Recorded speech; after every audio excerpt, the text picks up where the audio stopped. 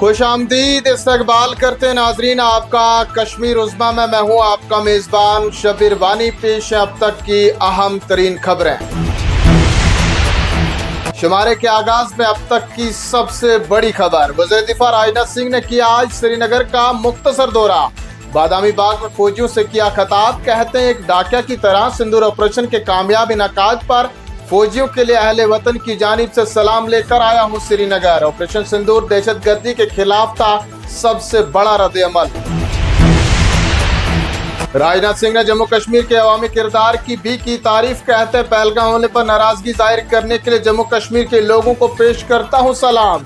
लोगों के इत्तेहाद ने मुल्क की शान को किया दोबाला। जिन्होंने पहलगाम में हमारे मासूम सयाहों की धर्म पूछ कर ली थी जान, हमने उनके करम पर उनके खिलाफ की है कार्रवाई।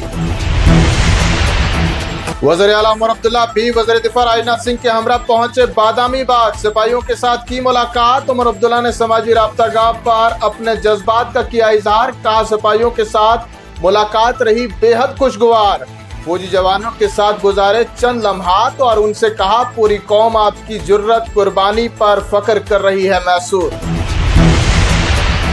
इधर शहरी हवाबाजी के वजीर राम मोहन नायडू ने भी कश्मीर का किया दौरा। श्रीनगर हवाई अड्डे का दौरा करते हुए फ्लाइट ऑपरेशन का भी लिया जायजा। नायडू कहते हैं कश्मीर एक महफूज जगह है। मौजूदा वक्त कश्मीर की मईशत के साथ खड़ा होने का कर रहा है तकाजा। नायडू ने सयाहों से भी की अपील। कहा लौट आए कश्मीर, कश्मीरियों ने दी है आवाज, अब सयाहत को किया जाना चाहिए बहाल।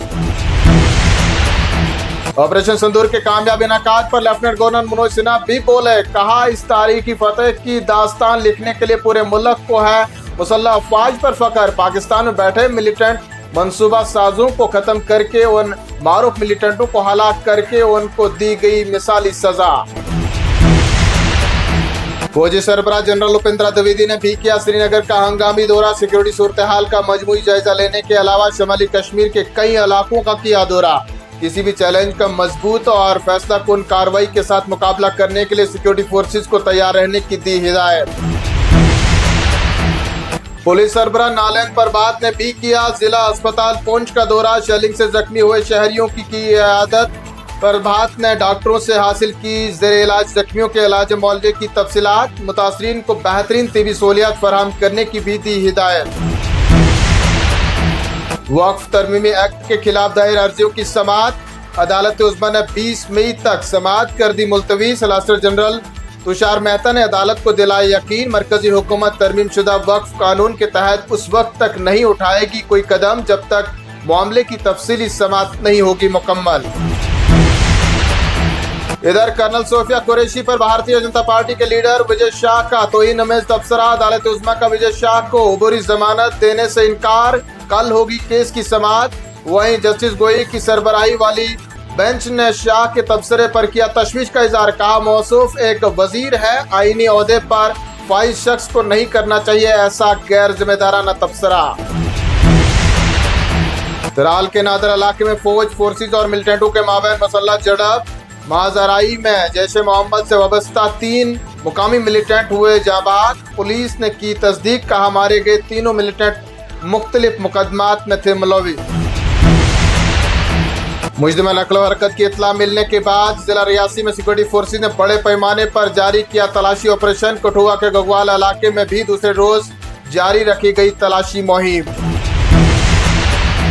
तिहाड़ जेल में नजरबंद रुकने पार्लिमान इंजीनियर रशीद की दरख्वास्त जमानत। मामला दिल्ली हाई कोर्ट ने NIA का मौकफ किया तलब। 29 जुलाई को केस की अगली समाअत की तारीख मुकर्रर।